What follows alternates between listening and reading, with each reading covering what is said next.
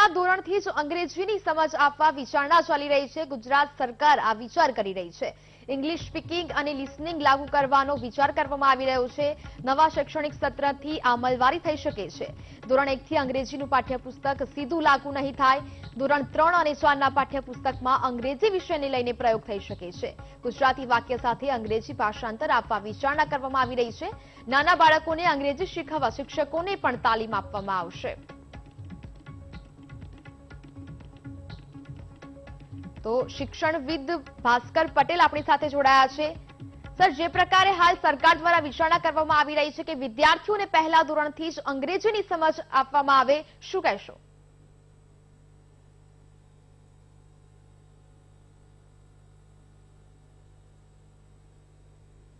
નીતિનો સવાલ છે તો રાષ્ટ્રીય શિક્ષણ નીતિની અંદર બહુ સ્પષ્ટ જોગવાઈ કરવામાં આવી છે કે વિદ્યાર્થીના શિક્ષણના પહેલા 5 વર્ષ અને એ 5 વર્ષની અંદર માતૃભાષામાં જ શિક્ષણ આપવું। એટલે જ્યાં સુધી શિક્ષણનો સવાલ છે માતૃભાષામાં આપવું।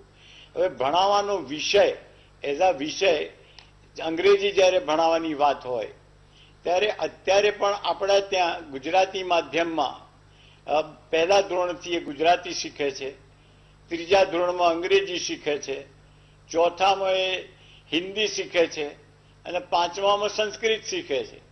એટલે આજે 1 થી 8 ધોરણની અંદર એને 4 વિષયો ભણવામાં આવે છે અને 10મામાં એ બધા ઓપ્શનલ થઈ જાય છે, સિવાય કે એનો જે મેઇન વિષય ગુજરાતી હોય ચાલુ રહેશે। તો જ્યારે રાજ્ય સરકાર ધોરણ 1માં લિસનિંગ અને સ્પીકિંગ એના માટે જો ઇંગ્લિશ વિષય દાખલ કરતી હોય તો પછી રાઇટિંગનો એક પ્રશ્ન ઊભો થાય, કારણ કે રાઇટિંગ ઇઝ ઓલ્સો ઇમ્પોર્ટન્ટ।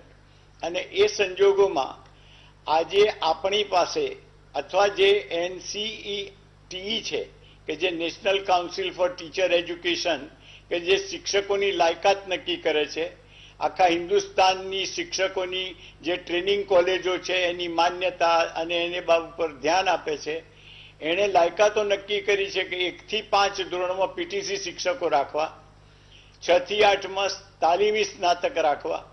તો અહીંયા જ્યારે પીટીસી શિક્ષકો એમાં આપણી ગુજરાતનો સવાલ છે, ગુજરાતી માધ્યમમાં પાસ થયેલા પીટીસી શિક્ષકો હશે એટલે અંગ્રેજી શિક્ષક માટેની એક જરૂરિયાત ઊભી થાય। અંગ્રેજી વિષય ભણાવવા માટે કાં તો વર્તમાન શિક્ષકોને તાલીમ આપવી પડે અને કાં તો નવા શિક્ષકોની અંગ્રેજી વિષય માટે ભરતી કરવાની થાય। જી સર, અહીંયા રાજ્ય સરકારે એ પણ ઉલ્લેખ કર્યો છે કે નાના બાળકોને અંગ્રેજી શીખવવા માટે શિક્ષકોને તાલીમ આપવામાં આવશે। જી, આપની વાત સાચી છે, તાલીમ આપવામાં આવશે, પણ આપણી જ્યારે હું આપને નાનકડો દાખલો આપું, કોઈ પણ ઉચ્ચાર જે એ મહત્વની બાબત છે। ઉચ્ચારમાં TONGUE એક વર્ડ છે ટંગ, અને આપણે અમારા જમાનામાં 8મા ધોરણમાં જ્યારે અમે અંગ્રેજી ભણતા હતા ત્યારે અમે ટંગુ ટંગુ કરતા હતા। તો ઉચ્ચાર એ બહુ મહત્વની બાબત છે। અંગ્રેજી શીખવાડવું ઇન્ટરનેશનલ લેંગ્વેજ છે, આવકારદાયક બાબત છે, પણ સાથે સાથે એના ઉચ્ચારો એટલા જ જરૂરી છે અને સ્પેલિંગ પણ એટલા જ જરૂરી છે। એટલે જ્યારે શિક્ષકોને તાલીમ આપવાની વાત છે તો હવે જો જૂન 22માં રાજ્ય સરકાર વિચારતી હોય પહેલા ધોરણમાં અંગ્રેજી દાખલ કરવાનું, તો પછી એ વેકેશનનો ઉપયોગ કરી અને શિક્ષકોને તાલીમ આપવી જોઈએ એવું અમારું માનવું છે।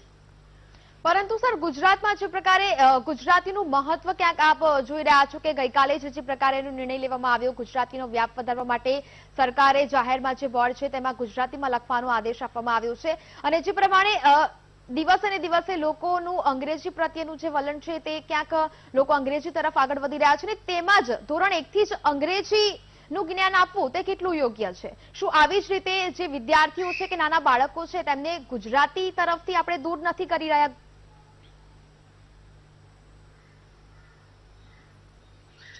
હું આપની એક માહિતી આપું કે આ જે રાજ્ય સરકારે કાલે જ્યારે ઠરાવ કર્યો કે ગુજરાતીમાં બધું કરવું જોઈએ, પણ આપને કેટલા માટે જણાવું છું કે જ્યારે મુંબઈ રાજ્યમાંથી મહારાષ્ટ્ર અને ગુજરાત રાજ્ય થયા એ વખતે ગુજરાત સરકારે જે પહેલો ઠરાવ કર્યો હતો, ગુજરાત સરકારે એ પહેલા ઠરાવમાં એવું હતું કે ગુજરાતની અંદર બધું ગુજરાતીમાં જ ચલાવવાનું રહેશે.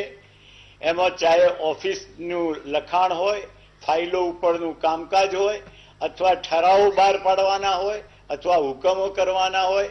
હવે 1961માં થયેલો 1 નંબરનો ઠરાવ આજ દિન સુધી અમલમાં ના આવ્યો અને વળી પાછી સરકારને યાદ આવ્યું એટલે સરકારે આ બધું ગુજરાતીકરણ કરવાની જે બાબત કરી છે તે આવકારદાયક છે, એમાં જરાય ના નથી.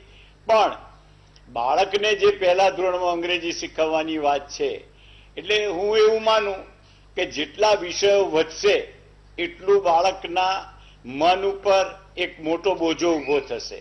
અને આપણે એક ભાર વગરના ભણતરની વાત કરતા હોઈએ અને બીજી બાજુ એક વધારાના વિષય ઉમેરતા જતા હોઈએ, ત્યારે એવા સંજોગોએ જ્યારે બાળક એની ગ્રહણ શક્તિ ઉપર વધારે આધાર રાખતો હોય છે.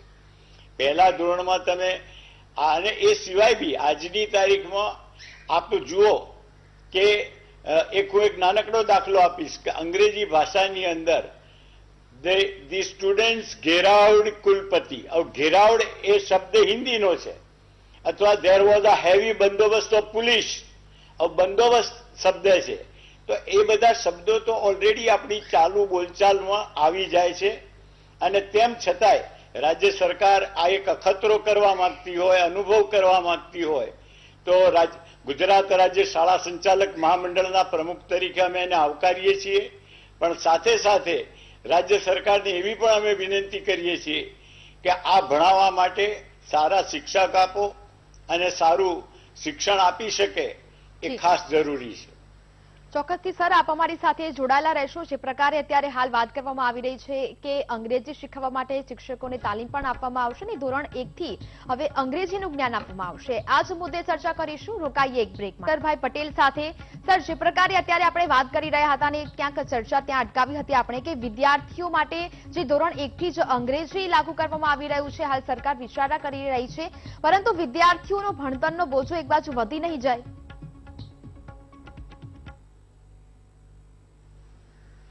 એટલા માટે જ મેં આપને બહુ સ્પષ્ટ કહ્યું કે કોઈ પણ વસ્તુ નવી દાખલ કરવાની હોય ત્યારે એના ઉપર બહુ વિચાર કરવો જોઈએ, વિસ્તૃત ચર્ચા કરવી જોઈએ. અને સ્ટેક હોલ્ડર્સ આપણે શબ્દ છે કે આજે વાલી એ સ્ટેક હોલ્ડર છે, વિદ્યાર્થી સ્ટેક હોલ્ડર છે, સંચાલક સ્ટેક હોલ્ડર છે. તો એ લોકો સાથે પણ ચર્ચા કરવી જોઈએ કે ભાઈ આવો વિષય દાખલ કરીએ તો બાળકોને એ કેટલો પચશે. આપણે કહીએ ને કે જેટલું પચે એટલું ખાવ, તો કેટલું પચશે એ જરૂરી છે. કારણ કે એવું ના થાય કે બાળક, અને આપને એક દાખલો આપું કે ગુજરાતી મીડિયમમાં અંગ્રેજી દાખલ કરો, હિન્દી દાખલ કરો કે સંસ્કૃત દાખલ કરો. સાહેબ, 10મા ધોરણનું ગુજરાતનું માધ્યમિક શિક્ષણ બોર્ડનું પરિણામ જુઓ, મેક્સિમમ ટકાવારી ગુજરાતી વિષયમાં નપાસવા થવા વાળાની છે. તો જ્યારે તમે મુખ્ય વિષયમાં તમારું બાળક નપાસ થાય છે, જેના દ્વારા એ ભણેલો છે જે માધ્યમમાં, તો એ ખૂબ મહત્વનું છે કે બહુ બધા વિષયો દાખલ કરવાના બદલે નવી શિક્ષણ નીતિની અંદર બહુ સ્પષ્ટ લખેલું છે કે જેટલું તમને અનુકૂળ હોય એટલું રાખો.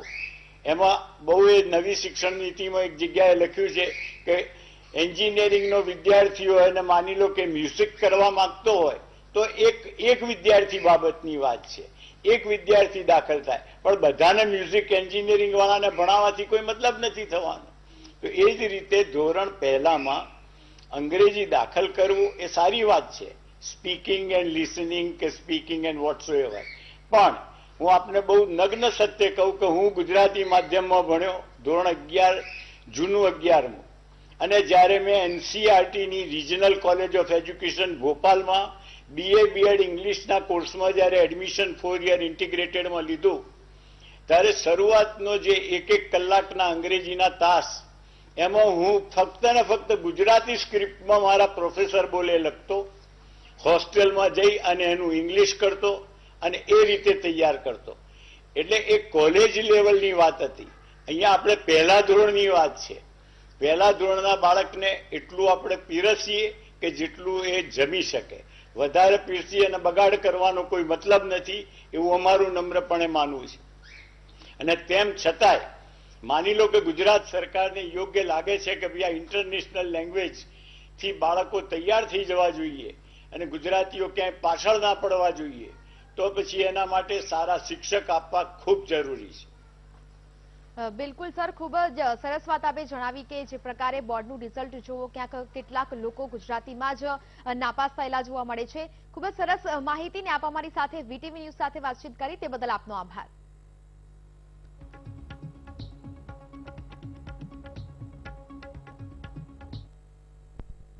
તો સમાચારોમાં રોકાઈશું વધુ એક બ્રેક માટે.